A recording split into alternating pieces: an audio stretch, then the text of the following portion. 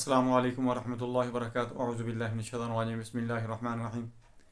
आज मैं बात करूँगा कि अक्सर लोग कहते हैं कि काम करने को जी नहीं करता, नींद आती रहती है, लेटे रहने को जी करता है, उठने को या चलने फिरने को जी नहीं करता, या कुछ खाने पीने को भी जी नहीं करता, पढ़ने को नहीं, कोई कोई भी काम करने के लिए इतनी नकाहत और इतनी वीकनेस महसूस होती है कि हर वक्त फटीग ही महसूस होती है। ये कौन सी अलामत हो सकती हैं, कौन सी सिम्टम्स हो सकती हैं, इसके लिए कौन से टेस्ट करवाने चाहिए, ये सारी बातें मैं आपको बताऊंगा। पूरी वीडियो देखें, आपको बहुत ज़्यादा फ़ायदा होगा। मैं हूं डॉक्टर हाफिज़ुद्दीन अंजम, आप देख रहे हैं यूट्यूब चैनल। मेरा आज का जो मौजू है वो है weakness and fatigue, causes, symptoms and treatment. एक आज आपने काम करना है कि मैंने जैसे जैसे ही कोई सिम्टम्स, कोई बीमारी बतानी है तो मैंने उसके साथ ही आपको मेडिसिन बता देनी है। वो आपने टेस्ट भी साथ ही बता देना है, मेडिसिन भी साथ ही बता देनी है। आपने उसी वक्त उस मेडिसिन को नोट कर लेना है, मुझसे नहीं दोबारा फिर पूछना आपने। अक्सर लोग ये करते हैं कि जी मैंने आपकी यूट्यूब के ऊपर वीडियो देखी है, आप मुझे ना वो दवाई बता दें। भी दवाई मैंने उसके अंदर बताई हुई है, उसको अगर एक दफ़ा आपको समझ नहीं आती, दूसरी दफ़ा रिपीट कर लें, तीसरी दफ़ा सुन लें, चौथी दफ़ा सुन लें, आपको बताइए उसके अंदर लिखे हैं, उसको ले आए बाज़ार से। इतना कर लिया करें दोस्तों, इसको नोट करते जाना आपने साथ साथ, इंशाल्लाह आपको बहुत ज़्यादा फ़ायदा होगा। मैंने कहा कि कुछ लोग कहते हैं कि हमें नकाहत इतनी ज़्यादा होती है कि उठने को जी नहीं करता या लेटे ही रहते हैं। और अक्सर लोग ये भी कहेंगे कि लेटे रहते हैं, उठने को भी जी नहीं करता, लेकिन जिस्म दर्द करता रहता है, लेटना भी मुश्किल हो जाता है, कोई काम करने का जी नहीं करता, पढ़ने का जी नहीं करता। कुछ बच्चे स्कूल गोइंग होते हैं, कॉलेज गोइंग होते हैं, यूनिवर्सिटी गोइंग होते हैं, वो भी यही कहते हैं कि हमें पढ़ने को भी जी नहीं करता और स्कूल जाने की भी इस्तेताद नहीं है, सख्त नहीं है कि हम चले जाएं। इतनी कमज़ोरी, वीकनेस महसूस होती है। ये कौन सी चीज़ें हैं, कैसे कैसे हैं दोस्तों? सबसे पहले तो ये होता है कि अक्सर लोगों के अंदर जो आयरन की कमी होती है, यानी उनकी एच कम होती है, ये बहुत ही मसला पैदा करती है। बच्चों के अंदर भी कम हो सकती है, जवानों के अंदर भी कम हो सकती है, बूढ़ों के अंदर भी कम हो सकती है। ये क्यों कम होती है? ये इस तरह कम होती है कि अक्सर कोई लंबा अरसा तक बीमार रहना, खून ज़ाया हो जाना, कोई चोट लग जाना, ब्लीडिंग वगैरह हो जाना, या औरतों में मेंसेस का मसला होता है, मेंसेस डिस्टर्ब होते हैं, बहुत ज़्यादा मेंसेस आना शुरू हो जाना, या प्रेगनेंसी जो होती है, रिपीटेड प्रेगनेंसी की, एक बच्चा पैदा हुआ, फिर उसके फ़ौरन बाद दूसरा बच्चा पैदा हो गया, तीसरा बच्चा पैदा हो गया, उस ड्यूरिंग डिलीवरी खून ज़ाया हो जाना। इन लोगों के अंदर इनीमिया का मसला इतना ज़्यादा आ जाता है कि इनको कंट्रोल करना बहुत ज़रूरी होता है। दोस्तों, अगर इस किस्म का मसला हो तो इसका टेस्ट जो होगा वो होगा एचबी टेस्ट करवानी है आपने। एचबी के अंदर आपकी हेमोग्लोबिन जो होगी वो टेस्ट हो जाएगी। अगर इसकी वीकनेस आती है, डेफिशिएंसी आती है, कमी आती है, तो फिर आपने इसके लिए जो मेडिसिन इस्तेमाल करनी है वो आपने इस्तेमाल करनी है। अच्छा, इसमें सिम्टम ये आपको महसूस होंगी कि आपके चेहरे के ऊपर पिलाहट होगी, पिलपलापन होगा, सुर्खी या पिंकश जो रंगत होती है वो नहीं होगी, आपके नाखून वगैरह जो होंगे सफ़ेदी माइल हो जाएंगे, इसके अंदर जो गुलाबीपन होता है यानी पिंकश कलर होता है वो ख़त्म हो जाता है। ऐसी अलामत आती हैं। यह हेमोग्लोबिन की कमी की वजह से होती है, और भी बहुत सारी मसले हो सकते हैं, लेकिन जो मेरा मेन फोकस है मैं इसके ऊपर ही रहूँगा। आपने इसके लिए एचबी का टेस्ट करवा लिया। अगर आपको पता चल गया कि आपकी हेमोग्लोबिन कम है, एचबी कम है, तो फिर आपने इसके लिए फेरमफास 6x और इसके साथ आपने चाइनाफ 30 ताकत में गोलियों के ऊपर बना लें या कतरे ले लें। सुबह दोपहर शाम एक एक गोली, सुबह दोपहर शाम 3 3 कतरे। और इसके साथ तीसरी जो मेडिसिन आपने लेनी है वो आपने लेनी है कलकेरिया फास। ये तीनों मेडिसिन मिलाकर लेते रहें, इंशाल्लाह आपका जो हेमोग्लोबिन कम होगा वो ठीक हो जाएगा।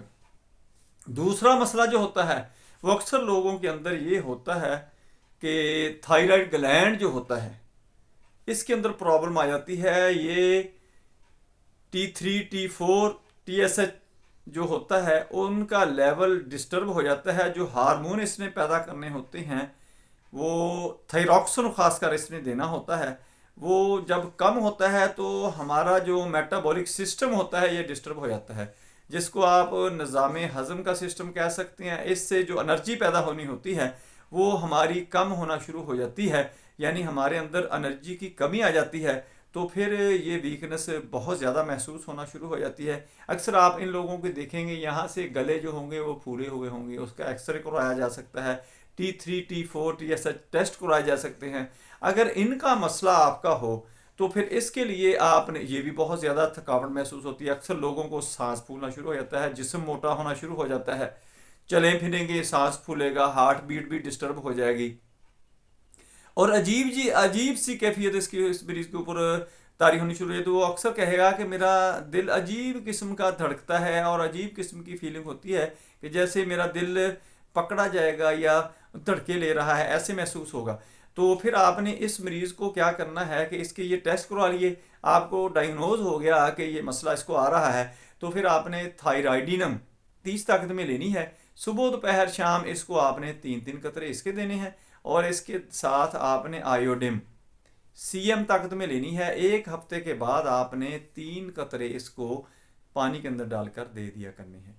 तीसरी जो वीकनेस होती है बहुत ज़्यादा कॉमन जो है वो है विटामिन डी की कमी। विटामिन डी अब तो विटामिन के बजाय इसको हार्मोन में अकाउंट करना शुरू कर दिया है। नई रिसर्च ने, नई साइंसदानों ने बहुत अहमियत इसको मिल गई है कि विटामिन डी अगर बच्चों के अंदर कम होता है तो इनकी टांगें टेढ़ी होना शुरू हो जाती हैं, जिसको रिकेट्स की बीमारी कहते हैं। जवानों में भी विटामिन डी की कमी आ सकती है, और बूढ़ों में तो अक्सर आती है। ऑस्टियोआर्थराइटिस जो को मसला होता है, हड्डियों के अंदर, जोड़ों के अंदर जो स्पेस आने शुरू हो जाते हैं, वो इसी की वजह से होती है। क्योंकि विटामिन डी जो होता है ये आउटसोर्स हम लेते हैं, ये मछली से मिलता है, धूप से मिलता है। धूप सबसे बड़ा हमारा सोर्स है, खुसूसन हमारे पाकिस्तान के लिए, इंडिया के लिए, जिन मुल्कों के अंदर सूरज काफ़ी देर तक हमारे ऊपर धूप बरसाता है, इससे हमें मिलता है। लेकिन उन लोगों के अंदर फिर ये प्रोड्यूस नहीं होता या कन्वर्ट नहीं होता है, क्योंकि जब सूरज की रोशनी जिस्म के ऊपर पड़ती है तो हमारी जिल्द के नीचे केमिकल होता है वो विटामिन डी में कन्वर्ट होना शुरू हो जाता है। फिर वो मुख्तलिफ प्रोसेस है उसका कि अगर आपका जिगर ठीक काम कर रहा है तो फिर भी ठीक है, अगर कोई गुर्दों के अंदर प्रॉब्लम है तो फिर भी मसला होता है। फिर इस मरीज़ को विटामिन डी का जो कॉम्बिनेशन होता है, विटामिन डी का जो सोर्स होता है, ये चीज़ें मद्देनज़र रख के दिया जाता है कि अगर एक मरीज़ का लीवर काम नहीं कर रहा तो फिर उसको कौन सा विटामिन किस तरह देना है, और अगर उसके गुर्दों का प्रॉब्लम है तो फिर वो उसको चेंज करके दिया जाता है, ताकि जो ये प्रोसेसिंग उसकी है कि लीवर के अंदर जो उसने प्रोसेस होना था या किडनीज के अंदर होना था वो उसका इजीली हो जाए, वो पहले ही उसमें प्रोसेसिंग हो चुकी हो। ये होता है विटामिन डी का टेस्ट कराया जा सकता है, इससे पता लगता है। तो फिर अगर विटामिन डी की डेफिशिएंसी आती है तो इसके लिए तो बेहतरीन हाल ये है कि आप धूप में सुबह जब पीली किरणें खुसूसन होती हैं उस वक्त धूप में वॉक करें, कोई अपनी एक्टिविटी रखें। शाम के वक्त भी इसी तरह तेज़ धूप के अंदर ना जाएं, चूँकि हीट स्ट्रोक हो सकता है, डिहाइड्रेशन हो सकती है, इस किस्म के प्रॉब्लम आ सकते हैं। इसके लिए आपने दोस्तों जो मेडिसिन इस्तेमाल करनी है वो करनी है आपने कलकेरिया कार्ब। एक कलकेरिया कार्ब होगी, फिर इसके साथ आप लाइकोपोडियम इस्तेमाल कर सकते हैं अगर लिवर के अंदर को थोड़ा सा प्रॉब्लम आ रहा हो, इसके लिए बहुत ज़बरदस्त रहेगी। ये आपने दोनों 30 ताकत में लेनी है, गोलियों के ऊपर भी बना सकते हैं, कतरों की शक्ल में भी ले सकते हैं। 3-3 कतरे आपने इसके लेने हैं।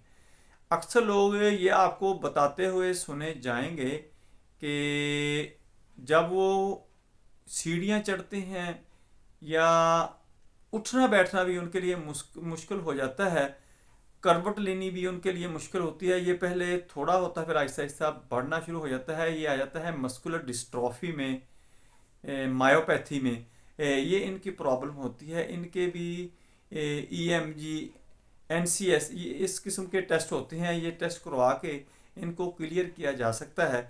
इनकी ट्रीटमेंट भी होती है, लेकिन काफ़ी मुश्किल तरीन होती है, लंबा अरसा तक करनी पड़ती है। मरीज़ रिकवर हो सकता है। ये मरीज़ सीढ़ियाँ चढ़ना इसके लिए बहुत मुश्किल होता है, नहीं चढ़ सकता। उठना बैठना इसके लिए, करवट लेना। अब हालांकि अपने बेड से नीचे उठकर इसको आना, बाथरूम में जाना बहुत दिक्कत होती है, अल्लाह माफ़ करे। इस मरीज के लिए तो बहुत बड़ी आजमाइश होती है। अल्लाह की ज़ात सबको महफूज रखे। इसके लिए भी मुख्तलिफ मेडिसिन दी जाती हैं। ये टेस्ट जो मैंने बताए हैं ये डॉक्टर टेस्ट करवाते हैं, और इसके साथ जो ट्रीटमेंट वगैरह की जाती हैं ये काफ़ी कॉम्प्लिकेटेड हैं, इसलिए मैं आपको यहाँ मेडिसिन इसकी बताना नहीं चाहता। ये डॉक्टर की कस्टडी के अंदर ही रहना ज़रूरी है कि उसकी कस्टडी के अंदर ट्रीटमेंट की जाए। या तो आप अपने किसी मकामी अच्छे डॉक्टर से मिलें, उससे उसकी कस्टडी में, उसकी निगरानी में आप अपनी ट्रीटमेंट करवाएं, या मेरे साथ आप रब्ता करें। ये राब्ते में रहकर इसकी ट्रीटमेंट की जाती है, वैसे इसकी दवाई रिकमेंड करना मुनासिब नहीं है। अक्सर लोगों को आपने सुना होगा कि वो कोई कील वगैरह लगाना हो दीवार के अंदर, या वो कंघी सर के अंदर करनी हो, तो उनका हाथ गिरता है, हाथ काम नहीं करता।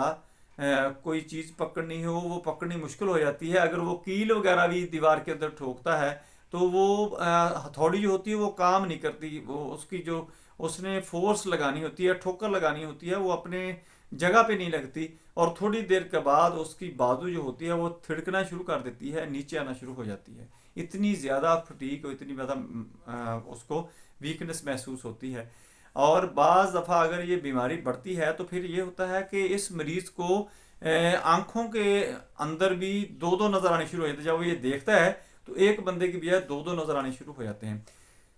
और ये मरीज़ जो होते हैं इनके साथ ये भी प्रॉब्लम होती है, ये भी बताते हैं अक्सर लोग कि हम जब खाना चबाते हैं तो खाना चबाना ही हमारे लिए मुश्किल हो जाता है, हमारा मुंह थक जाता है, हमारे जबड़े थक जाते हैं, हमारे ये मसल्स थक जाते हैं, हमारा निगलने को जी नहीं करता, निगलने की सकत नहीं होती। और जब बात करते हैं तो उस वक्त भी थकावट हो जाती है। अक्सर लोग मेरे पास लेक्चर आते हैं, टीचर आते हैं, इस किस्म के आते हैं, हाफिज कुरान जो तिलावत कारी होते हैं, क़िरात करते हैं, ख़तीब मुकर्रर जो होते हैं, अक्सर आके कहते हैं कि हम बड़े अच्छे ख़तीब थे। इन दिनों भी एक बहुत ही अहम किस्म का और बहुत ही कॉम्प्लिकेटेड केस जो है मेरे अंडर ट्रीटमेंट है, वो जनूबी पंजाब से तल्लक रखता है। वो कहता था कि मैं बहुत ही अच्छा सहाफ़ी था, बहुत ही अच्छा मुकर्रर था, ख़तीब था, लेकिन मुझे पता नहीं किसी की नज़र खा गई, क्या हुआ क्या कि अब मेरे लिए तकरीर करना या कुछ देर खड़े होना, कुछ देर बातें करना इतना मुश्किल हो जाता है कि मेरी ज़ुबान कुछ देर के बाद लड़खड़ाना शुरू कर देती है, और मेरा जबड़ा जो है, मेरे ये मसल जो हैं, मेरी ज़ुबान जो है ये थक जाती है। ये इस जैसे इसके अंदर हरकत ही ख़त्म हो गई है। दोस्तों, अगर इस किस्म की आपकी अलामात हैं, सिम्टम्स हैं, तो इसके लिए आपने जेल्सीमीमियम दवाई है, जेल्सीमीमियम आपने 30 ताकत में लेनी है।